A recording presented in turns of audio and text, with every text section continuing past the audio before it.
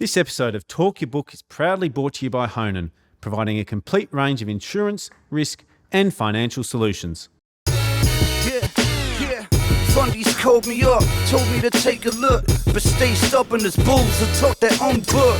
Get the money, get the money, get the money.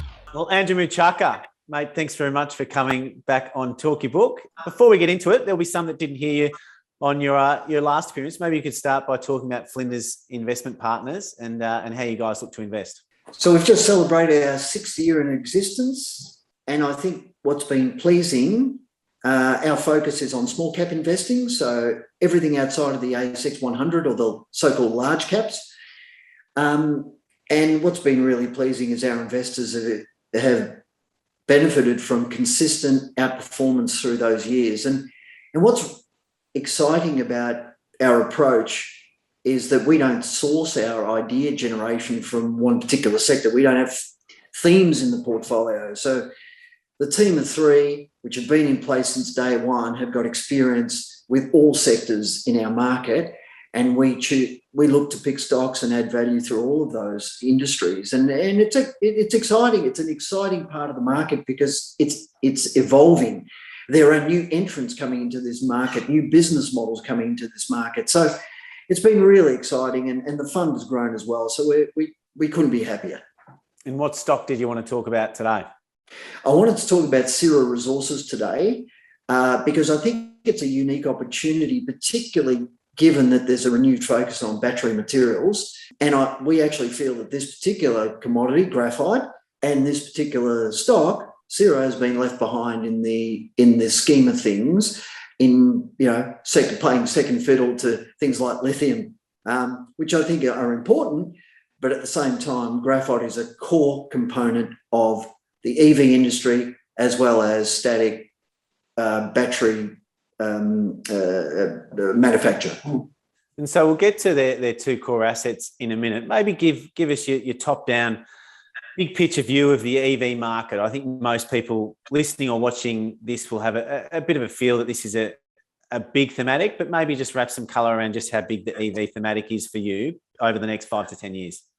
So I think what's been pleasing, what's been interesting about the sector is this focus on net zero emissions in 2050 or whatever time frame in the medium to long term is a reality. But we do know the large component of emissions comes from the transport industry. So EVs, and as a middle step, hybrid EVs will become more and more relevant in the market.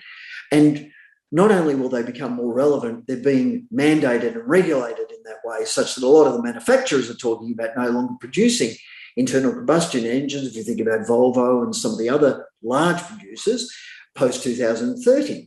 And then, of course, you have the regulatory environment, which is changing as well in some countries that will limit the purchase of those emitting vehicles in preference for hybrids, or EVs.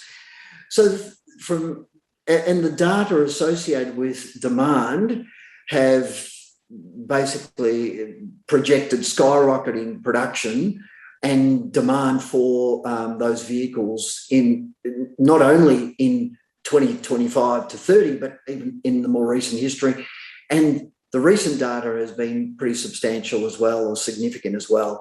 So that has led to the interest in battery material and securing that battery material for the expected demand and the pull-through to come over the next 5 to 10 years. Those dates of 2030, when a lot of countries are imposing a hard date, if you like, where EVs or non-internal combustion engines will no longer be allowed to be used or purchased, it really precludes someone from buying an internal combustion engine car in 2027 even, or 2028, because the resale value of that car would become so low. Is that sort of how you're viewing it? And that really Chris, that 2030 hard date? It sounds like you're in the market for a new vehicle, Chris. I'm sensing something too.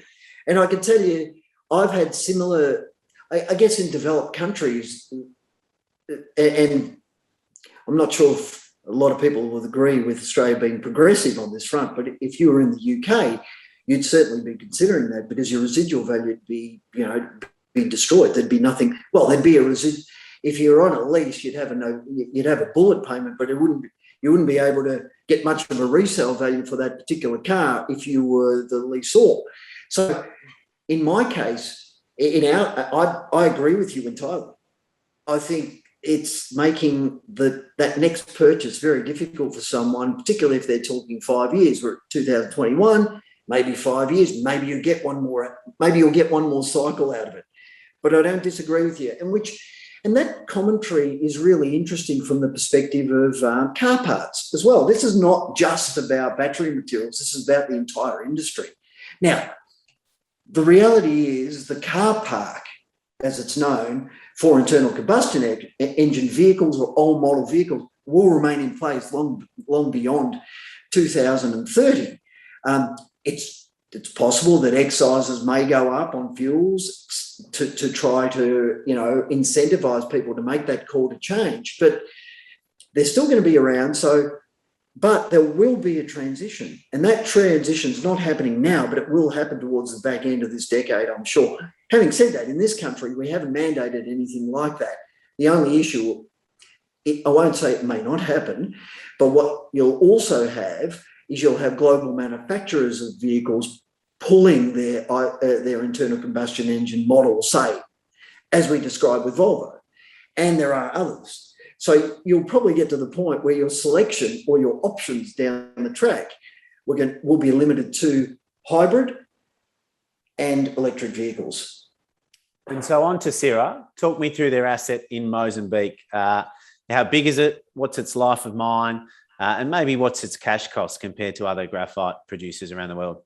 The mine is located in Balama, which is 400 kilometres west of Pemba coast, where they export product from.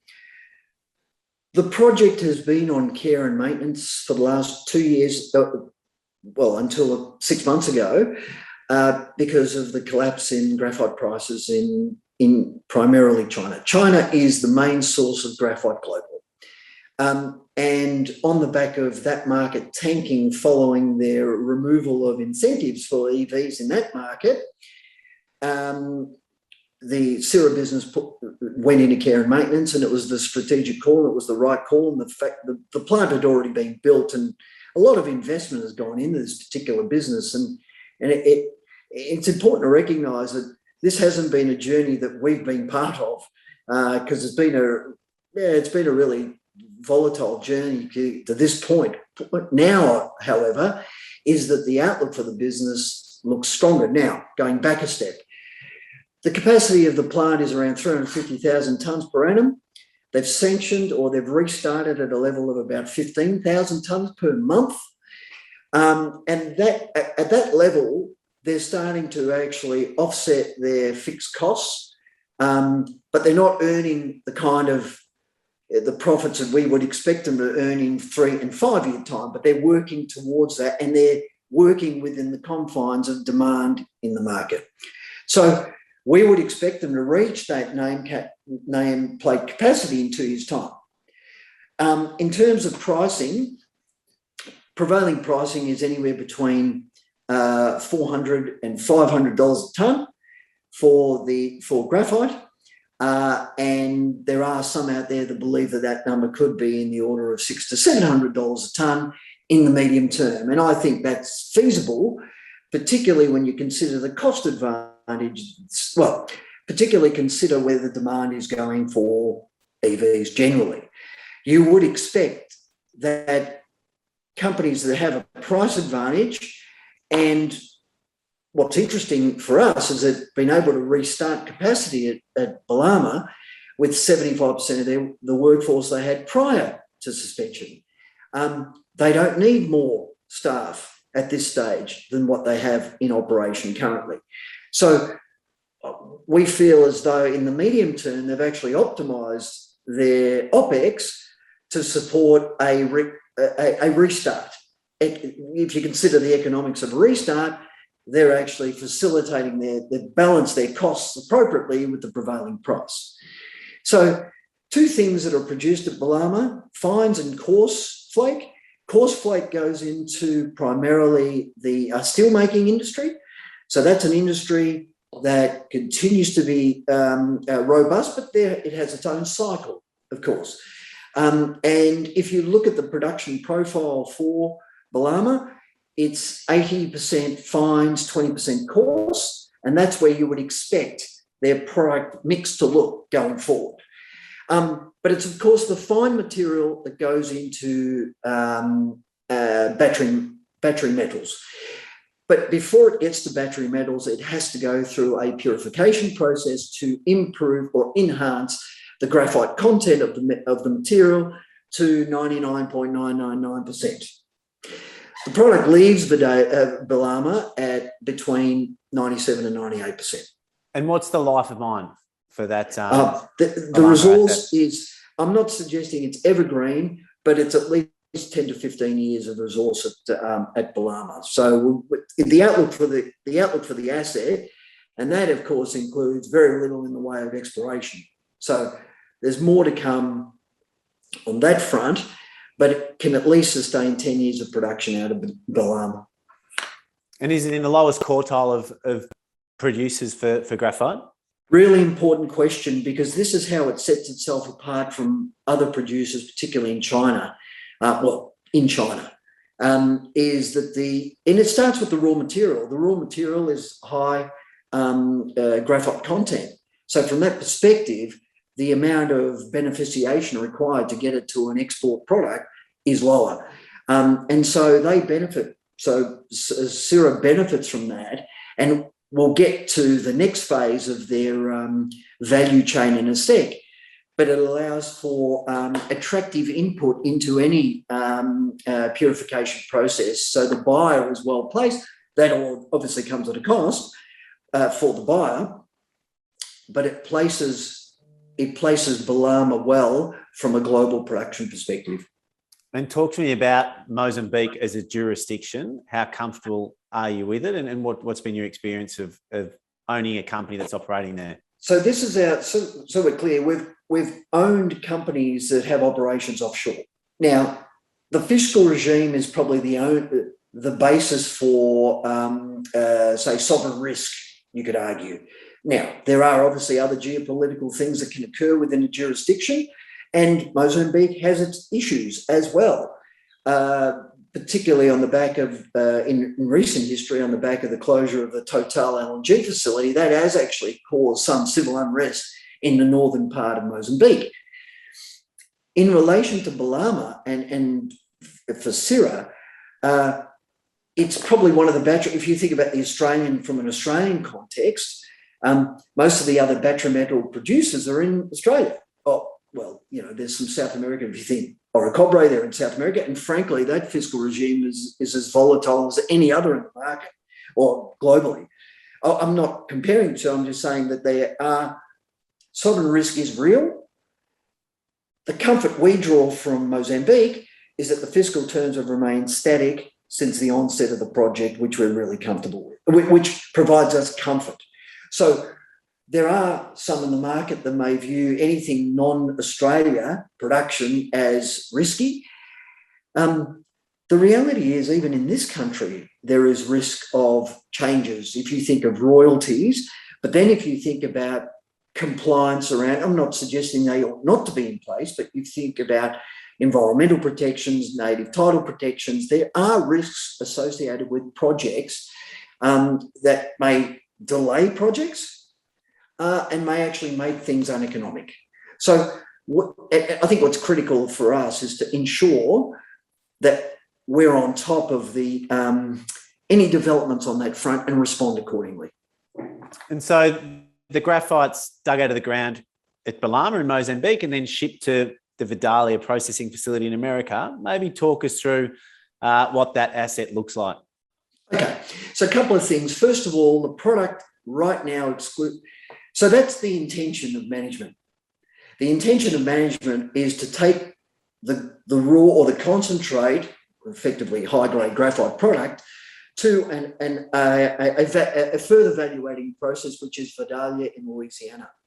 Now, that process there takes us to that next step of value enhancement active anode material. Active anode material is, in fact, the material that goes into batteries. Now, typically, the graphite is sent to China. China produces the active anode material and sends it to the battery manufacturers in Japan, South Korea, and potentially in the US. What Syrah have done and what they've proposed, they've actually produced a pilot scale version of, or plant, which delivers at spec product, which has been tested and trialled with customers. They recently hired Worley to take the company to their first train of 10,000 tonnes per annum active anode material at Vidalia. The point about that is now we're no longer talking about material that's $400 to $500 or $600 to $700 a tonne. We're talking about material that is above $5,500 a tonne or $6,000 to $7,000 a tonne. So in addition to that, you're talking about production in the US. Now, there's no secret that the policy in the US is to secure supply of these important battery materials. Now, the focus to date has been on things like lithium, but the reality is you cannot have a battery without a graphite anode.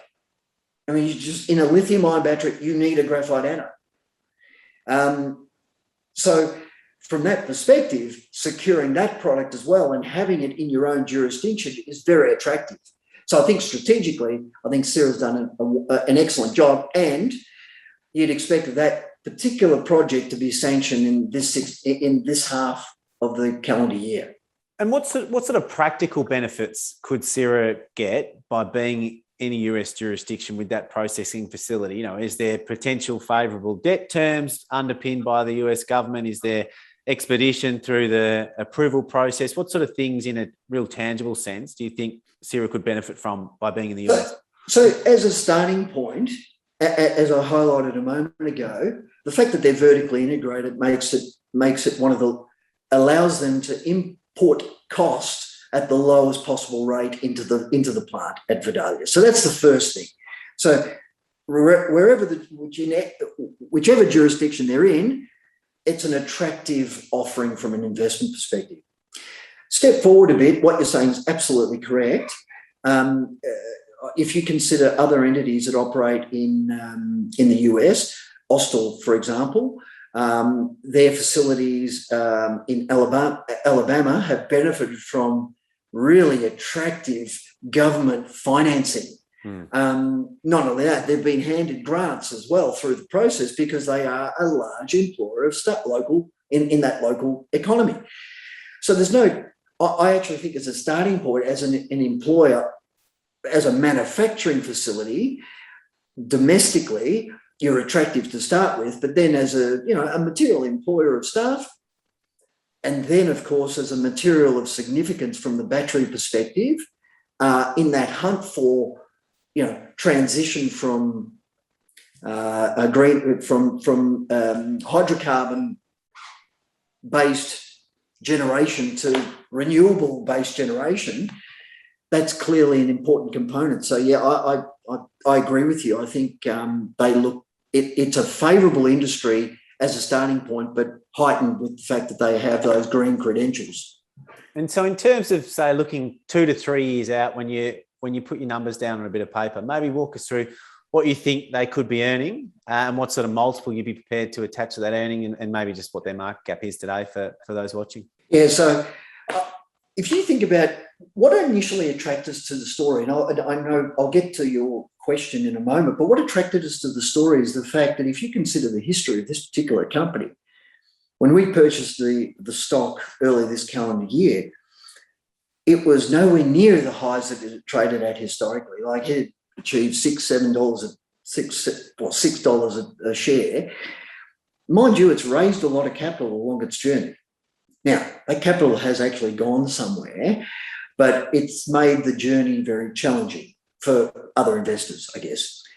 So currently the stock's trading on a 700 million market cap. Now, if you compare that to a lot of other lithium names, Pilbara's on 7 bill, Galaxy's on. Now, Galaxy and Orocobre are combined, so they're 7 bill. In fact, the index weight of Galaxy of Orocobre is higher than Pilbara at the moment. So these are phenomenal moves. Incidentally, Pilbara's up 10 times from early last year. Now, it's fair to say Syrah has moved, but it hasn't moved to that extent. Now, going back to your question, as part of that ramp up from 15,000 tonnes per month to the nameplate capacity, which we think they'll get in 2023, it's only then that you start actually getting the scale benefits from your workforce and from the plant in itself. You do generate the benefits. So we'd expect them to, first of all, become cash flow positive, in fact, profitable in 2023, and then they grow that profitability from that point in time. You ask about multiple. This is an NPV.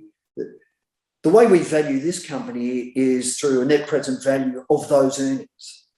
So the current share price is about $1.50, and it's a bit of a shame that you and I didn't speak about a month or two ago because the stock was trading $1.10. Or it's $1.40 today. But the point is, it's re-rated to an extent to the rest of the market, but the reality is the opportunity set for this stock is much higher when you consider full production at a Balama and also Vidalia, and incidentally, Vidalia starts off as a 10,000 tonne per annum train, but it could easily be a 50,000 tonne per annum type business. And so in our view, we can see share price, we can share using our own modelling, we can see a share price for the company between $2.50 and $2.60 at this point in time. Beautiful. That's a pretty good appreciation from where it is today. So hopefully it keeps running for you, and mate, it's a brilliant outline. So thanks so much for coming back on the show. Appreciate it. And thanks for asking me back on. I really enjoyed it. Thanks, Andrew. This episode of Talk Your Book was proudly brought to you by Honan, who go beyond a transactional insurance broker to deliver better outcomes for their clients. If you're enjoying Talk Your Book, make sure you subscribe to Chris Judd Invest.